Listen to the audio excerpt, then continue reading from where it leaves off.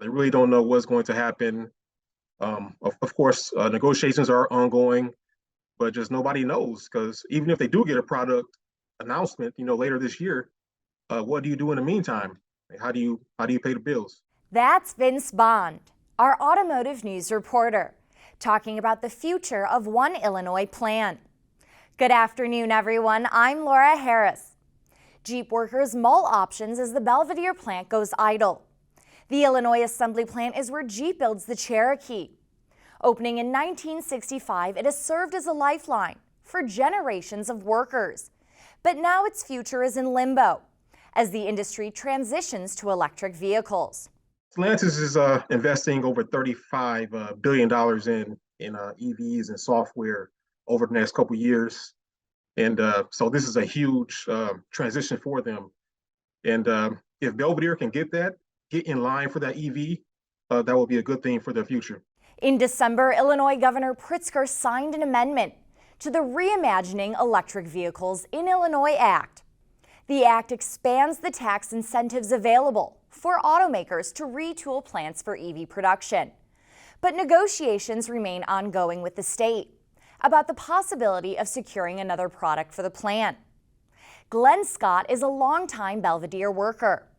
He says rumors have flown it could close. It's been in the air probably since I've been there that Belvidere was going to close. But, it kept going and kept getting new cars. And finally, I guess they said it's time, I guess. We don't know if it's closing for real or not. Yeah. They ain't telling us nothing. Yeah. It's idle. Bond says this is a very tough time for the workers. There's a chance some can transfer to other plants in Ohio or Michigan. If the plant shifts to EVs, that production requires less workers. So the future remains uncertain. But at Belvidere, the legacy remains strong.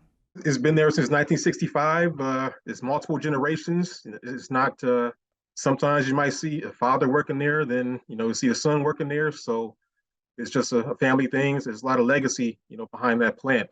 Even if the plant does land a new product, the waiting game leaves workers in a bind. Community members have been assisting workers during this difficult time.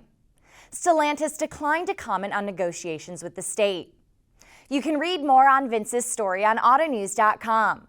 Thank you, Vince, for taking the time to speak with us. That's all we have for today. Thanks for watching, everyone. Be sure to follow us on Twitter at AutoNewsTV and online at Autonews.com for updates from our reporters all day, every day. I'm Laura Harris. Have a great night, and I'll see you all next time.